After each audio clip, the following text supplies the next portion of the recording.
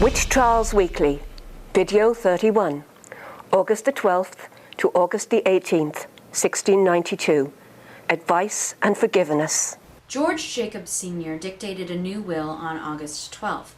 In it, he even left a small legacy to his granddaughter Margaret, who had repented her confession and accusations against him and others. Although Jacobs made this will, about £79 worth of his farm was confiscated in goods and livestock.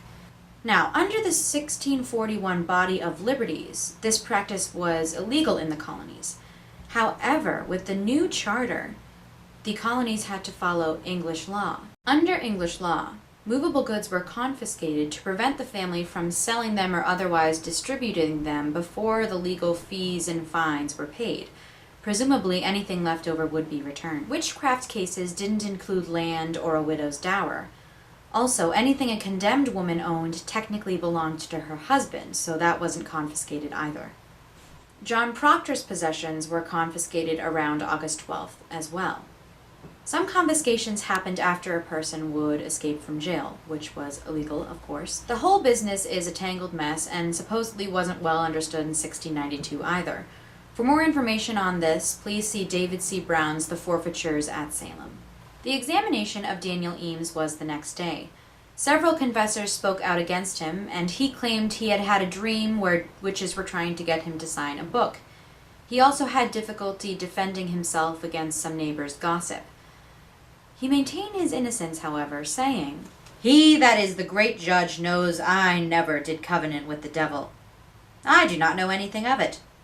I never signed to no book, nor never saw Satan or any of his instruments that I know of."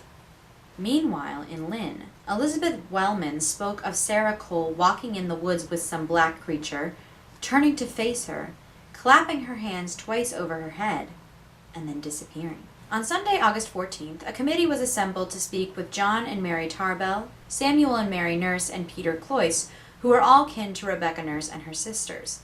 Perhaps in protest, these people had been absent from several church services. In Boston, some members of the Governor's Council felt unsure about the trials. Cotton Mather again stated that spectral evidence alone was not enough to convict a person. He also said that the touch test couldn't be trusted because the devil could victimize the accused as well as the afflicted. He hoped the judges would dismiss any cases they felt unsure about, and that perhaps they would accept bail for suspects who only had spectral evidence against them.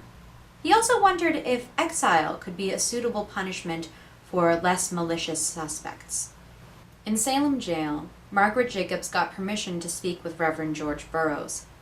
Ashamed, she told him of her accusations against him, her grandfather, and John Willard. She asked for his forgiveness, which he granted along with his prayers. While he prayed, some of the Andover girls said that they saw his specter lead a witch meeting, in which he bid his fellow witches farewell and told them to abide by their faith in the devil by not confessing.